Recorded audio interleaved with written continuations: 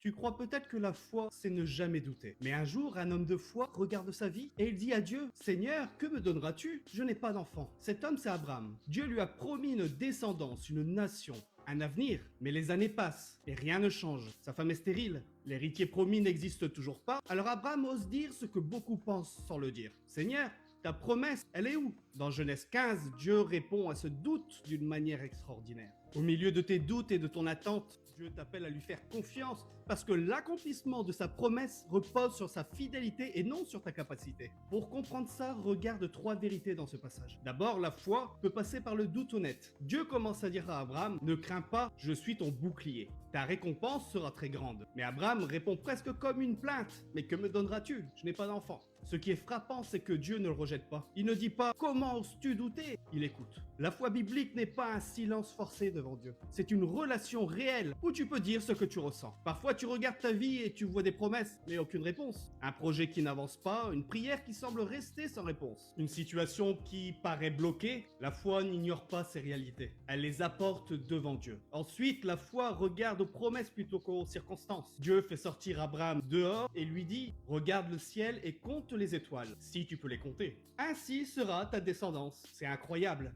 Abraham n'a pas d'enfant, mais Dieu lui montre un ciel rempli d'étoiles. Et la Bible dit une phrase capitale. Abraham crut en l'Éternel et Dieu le lui imputa justice. Abraham ne possède encore rien, mais il décide de faire confiance à la parole de Dieu. C'est ça la foi. La foi ne consiste pas à voir le résultat. Elle consiste à s'appuyer sur celui qui parle.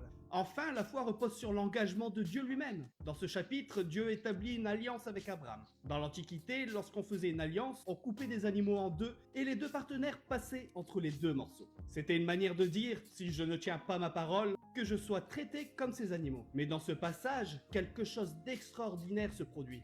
Abraham tombe dans un profond sommeil. Et seul Dieu passe entre les morceaux, sous la forme d'un feu. Ça veut dire que Dieu prend toute la responsabilité de cette alliance. Le succès de la promesse ne dépend pas d'Abraham, il dépend entièrement de Dieu. Et des siècles plus tard, cette vérité atteint son sommet.